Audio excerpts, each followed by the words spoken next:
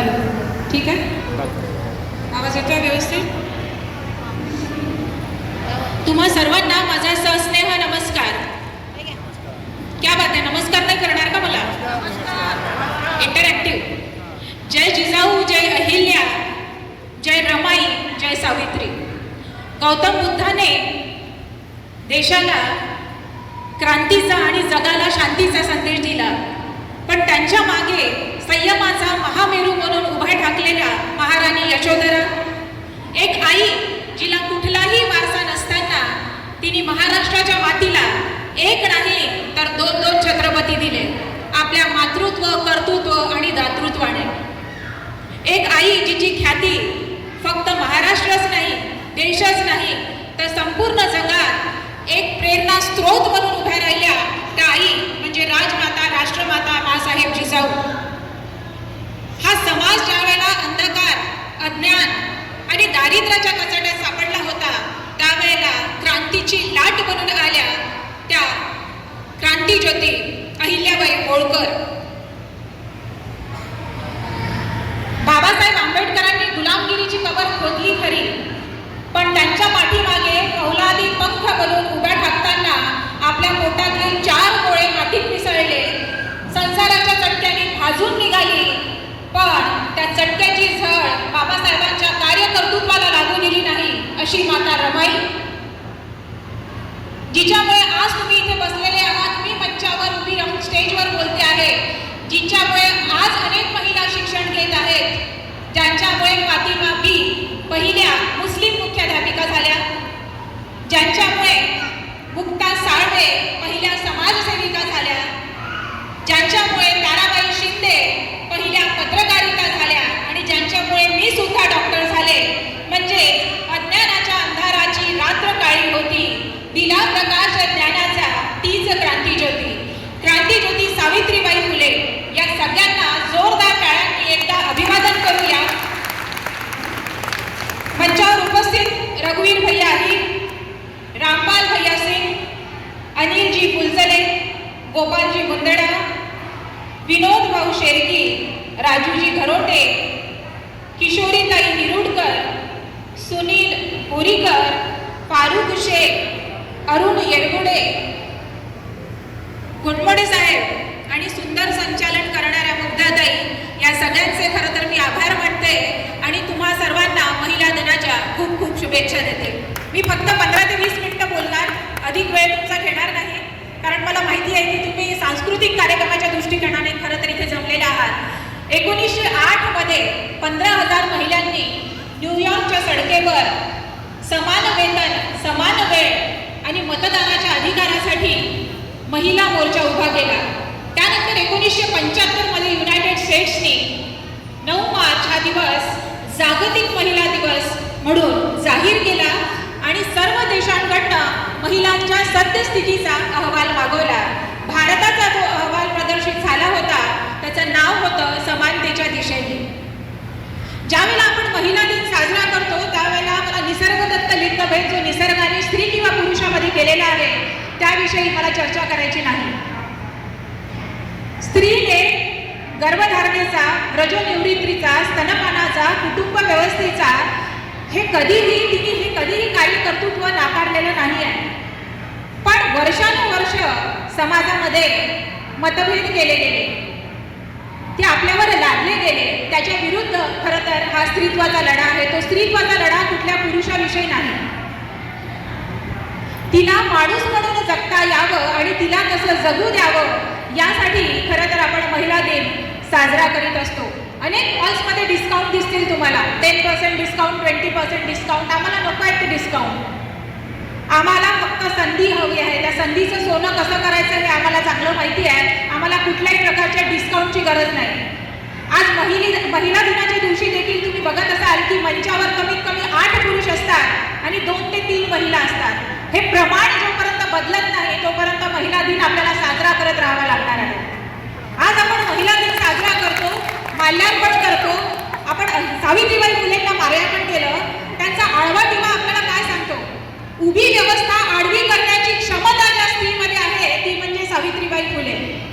आपण शिक्षण घेतो, आपण डिग्र्या घेतो, घरी बसतो, एखाद्या समाजामध्ये विरोधात बोलत नाही त्याला शिक्षण म्हणत नाहीत मैत्रिणींनो. जोपर्यंत आज जवळपास 49वा आपण महिला दिन साजरा करतोय, मग आजही स्त्री भ्रूण हत्या होत नाहीत? आजही कुठल्या महिलेवर अत्याचार होणार नाही आहे? आजही इथे बसलेली प्रत्येक स्त्री दुसऱ्या स्त्रीला समान वागणूक देणार आहे?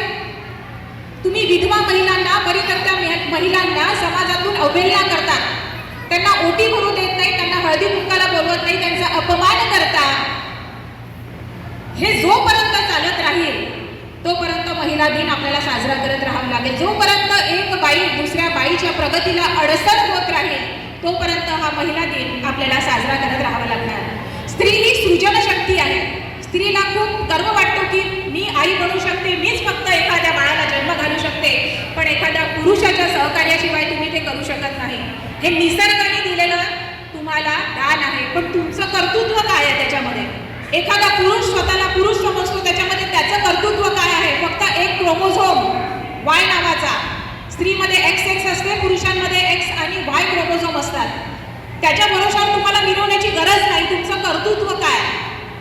ते तुमचं कर्तृत्व हे आहे की ज्यावेळेला तुम्हाला प्रसूती वेदना होतात, ज्यावेळेला तुमची डिलेव्हरी होते, बाईची सहन करण्याची क्षमता ही 46 डे युनिट्स इतकी आहे, आणि ज्यावेळेला तिची प्रसूती होते त्यावेळेला तिला होणारी वेदना 57 डे युनिट इतकी आहे. म्हणजे शरीरामध्ये 10 फ्रॅक्चर एका वेळेला जर झाले तर जी वेदना होईल ती वेदना बाई सहन करते. मग असं काय झालं की तिच्या सक्षमीकरणासाठी शासनाला नवीन नवीन प्रोजेक्ट राबवावे लागले, तिला सक्षमीकरणाची गरज भासली. असं काय झालं? इंग्लिशमध्ये एक छोटासा कोट आहे, one is not born rather becomes a woman. म्हणजे आम्ही बाई म्हणून जन्माला येत नाही, पण हा समाज आम्हाला बाई बनवतो. म्हणजे कसं? समाजाने आधीच चौकट मांडून ठेवलेली आहे की स्त्रीने कसं असावं. त्याच्यामुळे तिने दुय्यम दर्जा. आपण आपल्या मुलीला म्हणतो हे घालू नको, ते करू नको, अंक बोलू नको, जोरात बोलू नको, जोरात हसू नको, इथे जाऊ नको, तिथे जाऊ नको, बोलू नको जोरात, वागू नको तोऱ्यात, बोलू नको जोऱ्यात, वागू नको तोऱ्यात, नीट वागायला शिक, तुला जायचं आहे परक्या घरात. आणि एखादा मुलगा आपल्या घरी रडत असेल तर आपण काय म्हणतो? अरे मुलांनी कधी रडायचं असतं का? त्यांनी रडायचं नसतं, त्यांनी तुम्हाला रडवायचं असतं. असा आहे का त्याचा अर्थ? मग स्त्री आणि पुरुष हे समानतेचे धडे आपल्याला घरूनच द्यायचे आहे, घरूनच गिरवायचे आहे.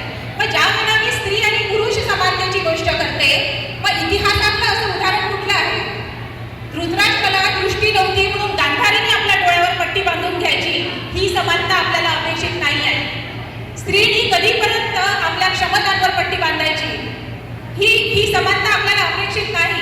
पुरुष हे अजूनही पराक्रमाचं आणि स्त्री ही सौंदर्याचं लक्षण मानलं जाते. ही धारणा आता समाजातून पुसून काढणं आवश्यक आहे. आत्ताच चंद्रयानचं लॉन्चिंग झालं, आपल्या सगळ्यांना माहिती आहे. 23 ऑगस्ट रोजी विक्रम लँडरने चंद्राच्या दक्षिण ध्रुवावर सॉफ्ट लँडिंग केलं आणि पूर्ण जगामधून इस्रोच्या शास्त्रज्ञांवर अभिनंदनाचा वर्षाव झाला. या अगदी सहज आणि स्वाभाविक वातावरणामध्ये एक विशोभित करणारी गोष्ट घडली, ती म्हणजे व्हॉट्सअपवर व्हायरल होणारी पोस्ट, त्याला मिळणाऱ्या प्रतिक्रिया आणि त्यावर होणारी उलटसुलट चर्चा. काय होती ती पोस्ट? तुम्हा सगळ्यांना माहिती आहे की इस्रोच्या शास्त्रज्ञांमध्ये महिला शास्त्रज्ञांचं प्रमाण लक्षणीय होतं. त्या बायका कुंकू घालून वावरतात, त्या बायका साड्या घालतात, त्यांनी हातभर बांगड्या घातलेल्या आहेत, त्या स्लीवलेस ब्लाऊज घालत नाही किंवा त्या तोकडे कपडे घालत नाही, म्हणून इस्रोला इतकं मोठं यश संपादन करण्यात आलं, अशी ती पोस्ट होती. खरं म्हणजे विज्ञानामध्ये तुमचं लिंग, जात, भेद, वर्ण याला कुठलीही जागा नाही. निखळ बुद्धिमत्ता एवढंच ज्या क्षेत्राचा निकष आहे, त्या क्षेत्रामध्ये तुम्ही त्या स्त्रीचं योगदान तिच्या बौद्धिक व्यक्तिमत्वावर म्हणायला पाहिजे की तिने घातलेल्या पहिराव्यावर. आजही ज्या समाजामध्ये तिच्या बौद्धिक योगदानाविषयी तिच्या पहिराव्याचीच चर्चा होते, तिथे स्त्री पुरुष समानता गाठायला अजून किती वर्ष लागतील त्याची कल्पना आपल्याला यावी. अनेक जुन्या म्हणी आहेत, तुम्ही आणि मी ऐकलेल्या आहेत. लक्ष्मीबाई टिळक 1936 त्यांनी स्मृतिचित्रे म्हणून त्यांचं आत्मकथा लिहिलेली आहे. त्याच्यामध्ये ते सांगतात की माझी आजी सासू मला बघायला आली होती. आजी सासू ज्यावेळेला बघायला आली होती, तिने डाव्या कानाचा तिचा चाप असा दाबून धरला आणि तिने हू की चू केलं नाही. आपण ही म्हण ऐकली आहे, हू की चू न करणे, म्हणजे दबावामुळे शब्द तर काय अक्षर सुद्धा न काढणे. तिने हू किसू सुद्धा केलं नाही आणि लक्ष्मीबाई टिळकांना त्यांनी सूनबाई म्हणून पसंत केलं.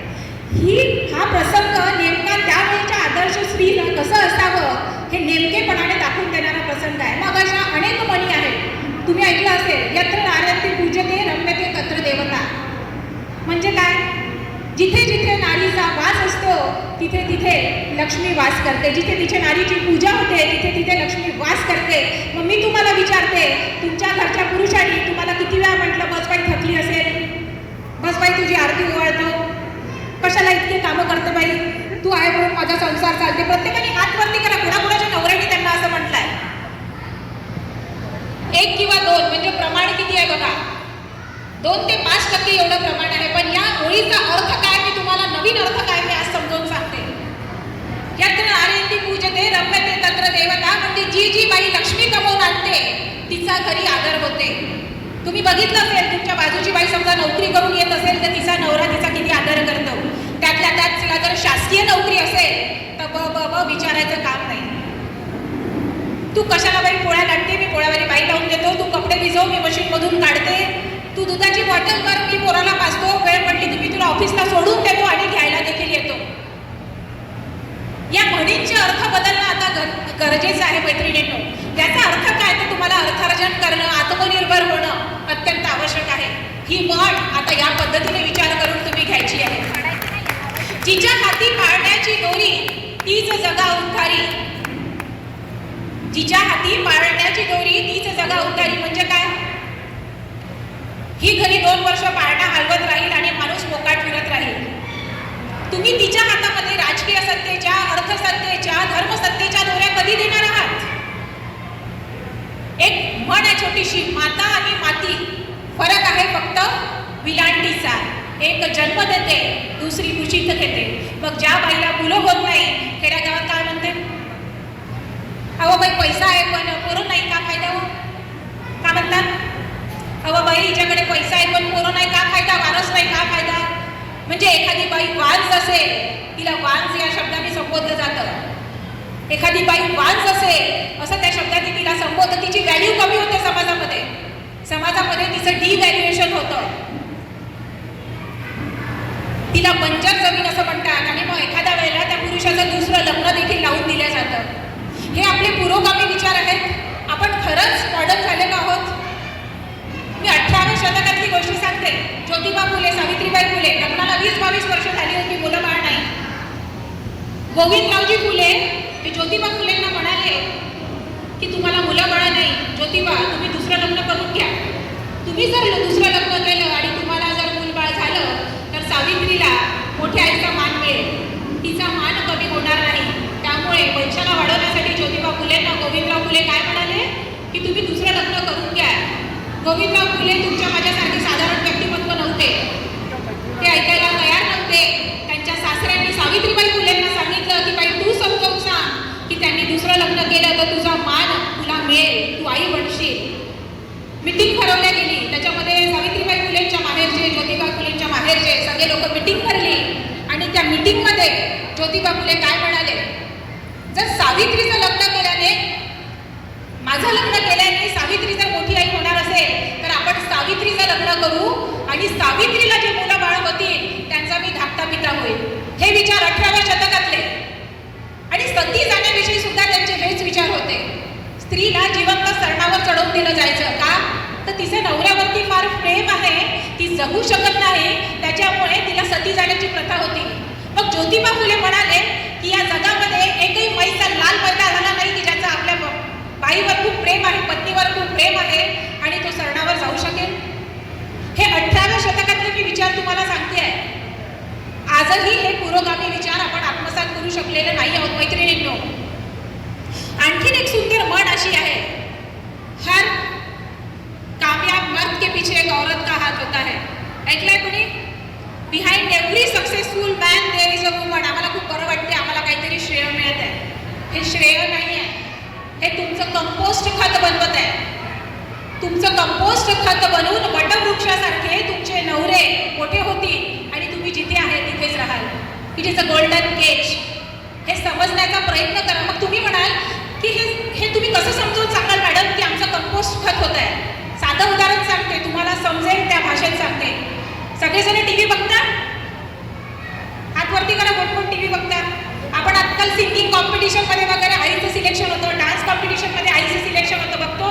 मग त्यावेळेला तिचे इंटरव्ह्यू घेतात. काय म्हणतात की मॅडम आप इतने कामयाब हुए तो आप अपनी कामयाबी के पीछे क्या बोलना चाहेंगे. ती काय सांगते, अत्यंत हलाखीची परिस्थिती होती, घरी खायला काहीच नव्हतं, नवरा काम करत नव्हता, आम्ही दोघं मिळून कमवायला जात होतो, घरी बिमार सासू सासरे आहेत, त्यांचं करून मला माझं कार्य करावं लागत होतं.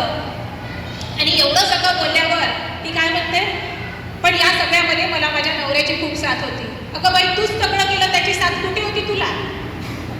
पण भारतीय संस्कृतीमध्ये जोपर्यंत तुमचं श्रेय तुम्ही नवऱ्याला देत नाही तोपर्यंत तुम्ही सुसंस्कृत नाही किंवा घरंदाज नाही. त्याच्यामुळे आपण वर्षानुवर्ष काम करत आलो, आपण कधी रिकामे नाही आहोत. तुम्ही जर मला विचाराल की औरत क्या है, तो औरत एक ऐसी बला है जो दरवाजे पे खड़े रह के घंटों तक बात कर सकती है, लेकिन अंदर आके 5 मिनट बात करने के लिए उसके पास टाइम नहीं. औरत ऐसी बला है. अजून साध्या सोप्या शब्दात सांगते, आपण फिल्मफेअर अवॉर्ड्स बघतो, तुम्ही बघता सगळेच फिल्मफेअर अवॉर्ड्स. फिल्मफेअर अवॉर्ड्स सदी के महानायक अमिताभ बच्चन को ये फिल्मफेअर अवॉर्ड दिया जाता है. मग एक वेगळ्या प्रकारचं म्युझिक वाजतं, कॅमेरामॅन अमिताभकडे कॅमेरा घेऊन जातो, अमिताभजी आपली पांढरी दाढी हातामध्ये शॉल घेऊन फिरवत चालत येतात अवॉर्ड घेण्यासाठी. तेवढ्यातच त्या ॲक्टरला आठवतं कि हर कामयाब मर्द के पीछे एक औरत का हाथ होता है. आणि मग तो काय म्हणतो की अमिताभ बच्चन ने इतनी कामयाबी हासिल की है, लेकिन उसके पीछे किसका हाथ है, जया भादुरी का हाथ है. मग तो कॅमेरामॅन जया भादुरीला शोधतो आणि जया भादुरीच्या चेहऱ्यावर कॅमेरा नेला, तेवढ्या 10 सेकंदासाठी तो कॅमेरा रेखाच्या चेहऱ्यावर जाऊन थांबतो. त्याला म्हणतात बाईचं कंपोस्ट खत करणं. त्याला म्हणतात बाईचं कंपोस्ट खत करणं. स्त्री पुरुष दोन चाके एकमेका करी सहाय्य, एकमेका होई सहाय्यके. म्हणजे काय, स्त्री आणि पुरुष हे संसाराची 2 चाकं आहेत असा याचा अर्थ होतो. पण ही चाकं रथाची नाही आहेत. मला फार खेद होतो हे सांगताना की ही चाकं रथाची नाही आहेत, ही चाकं सायकलीची आहेत. समोरचा चाक आहे पुरुष आणि ओझं वाहणारा चाक आहे तुम्ही. म्हणजे आपण काय करायचं, कुठल्या दिशेला जायचं, कुठला निर्णय घ्यायचा आहे कोण ठरवतो, समोर बसणारा ठरवतो की तुम्हाला कुठल्या डायरेक्शनने गाडी न्यायची आहे. आणि तुम्ही काय करता, ओझं वाहता. सगळं काम करायचं पण अक्षरही बोलायचं नाही, कारण मागच्या टायरला कुलूप लावतो आपण.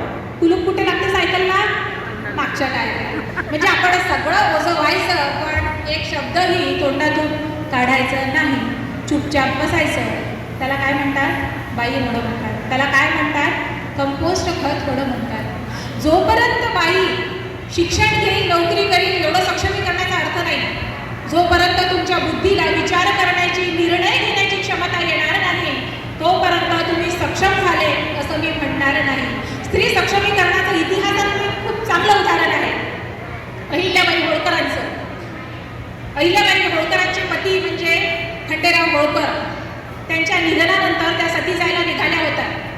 मल्हारराव होळकर म्हणजे त्यांचे सासरे, त्यांनी सती जाण्यापासून त्यांना थांबवलं आणि त्यांना पूर्ण राज्य सांभाळायला लावलं. कालांतराने मल्हारराव होळकर सुद्धा देवाघरी गेले आणि त्यांचा एकमात्र मुलगा मालेराव होळकर हा देखील दुर्दैवाने त्यांना गमवावा लागला. म्हणजे आता त्या घरात सासरा नाही, नवरा नाही आणि मुलगा देखील नाही.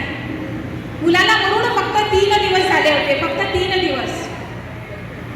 त्यावेळेला अहिल्याबाई होळकरांचे जे वकील होते गंगोबा तात्या, त्यांनी राघोबा दादा पेशव्यांना पत्र लिहिलं. काय लिहिलं, दौलत बेकमाल झाली आहे, लवकर येऊन सावरावी.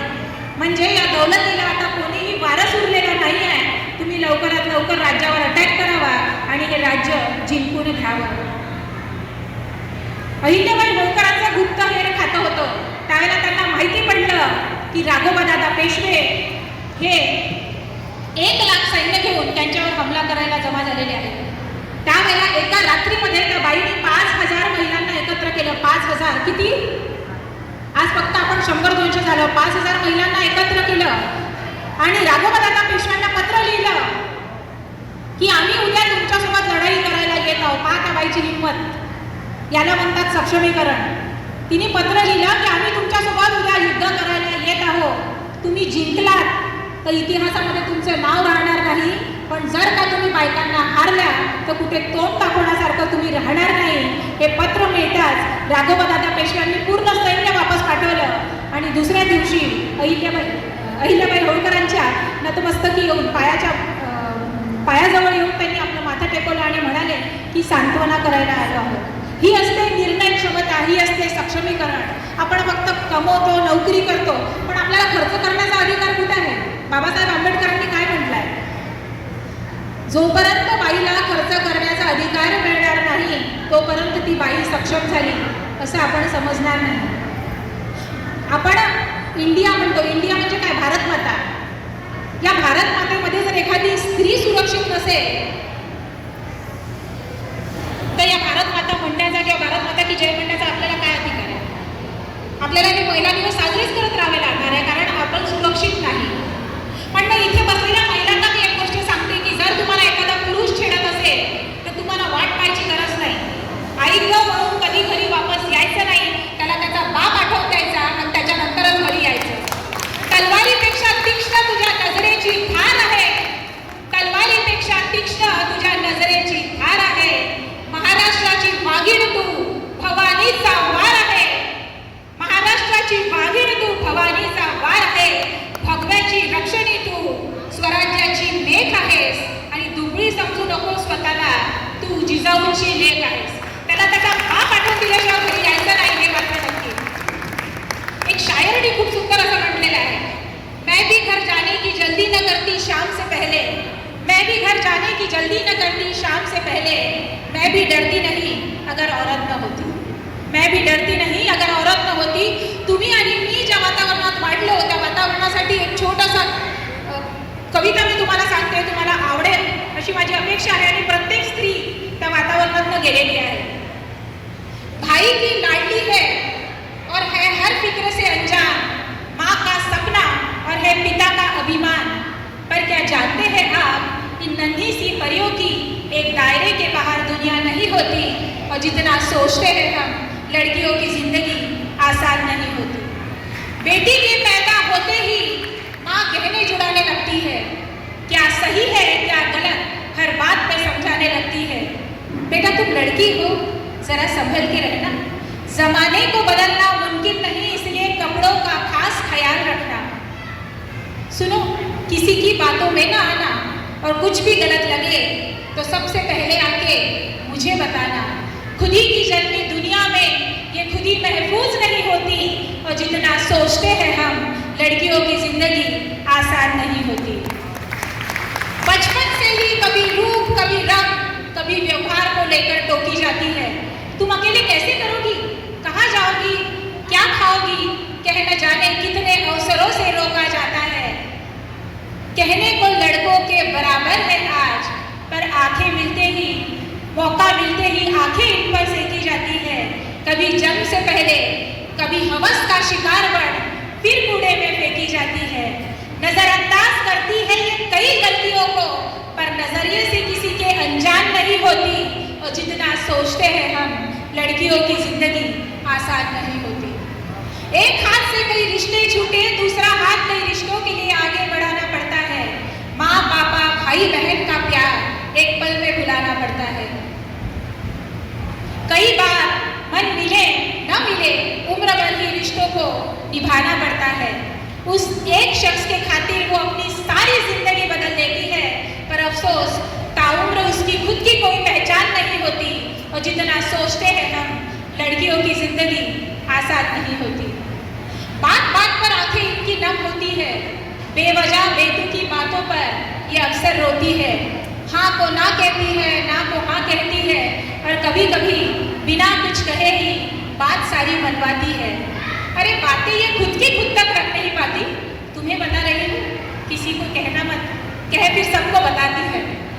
आदतों में गलतियाँ शुमार है कई, पर नियत इसकी कभी मेहमान नहीं होती. और जितना सोचते हैं हम, लड़कियों की जिंदगी आसान नहीं होती. साल में सैकड़ों बार इन्हें पूजा जाता है, पर महीने के उन दिनों न जाने क्यों अलग सोचा जाता है. साल में सैकड़ों बार उन्हें पूजा जाता है, पर महीने के उन दिनों न जाने क्यों अलग सोचा जाता है. यूं तो कई रिवाज है उन दिनों के लिए, पर अफसोस इस और किसी का ध्यान न जाता है। नौकरी लेते वक्त अक्सर सोचा जाता है, लड़की है ठीक से काम न कर पाएगी, कभी फैमिली, कभी बच्चे, कभी कुछ और बहाना बनाएगी। भगवान का दिया हर दर्द मंजूर, पर जमाने तेरी ये सोच बर्दाश्त नहीं होती, और जितना सोचते हैं हम, लड़कियों की जिंदगी आसान नहीं होती। अपने हौसलों से नारी भर रही है उड़ान, ना कोई शिकायत ना कोई थकान। सागर के तट का रेत हूँ मैं, ढलते सूरज की लाली हूँ, कमजोर नहीं हूँ, नारी हूँ मैं, कमजोर नहीं हूँ, नारी हूँ मैं। तुमची ऐकण्याची क्षमता असेल तर मी परतही बोलू शकते। तुम्हाला जर असं वाटत असेल की आता मला नाच गाणे करायचं तर एकदा जोरदार टाळ्याने मला निरोप देऊन द्या। या 2 शब्दांनी मी तुमचा निरोप देते। धन्यवाद।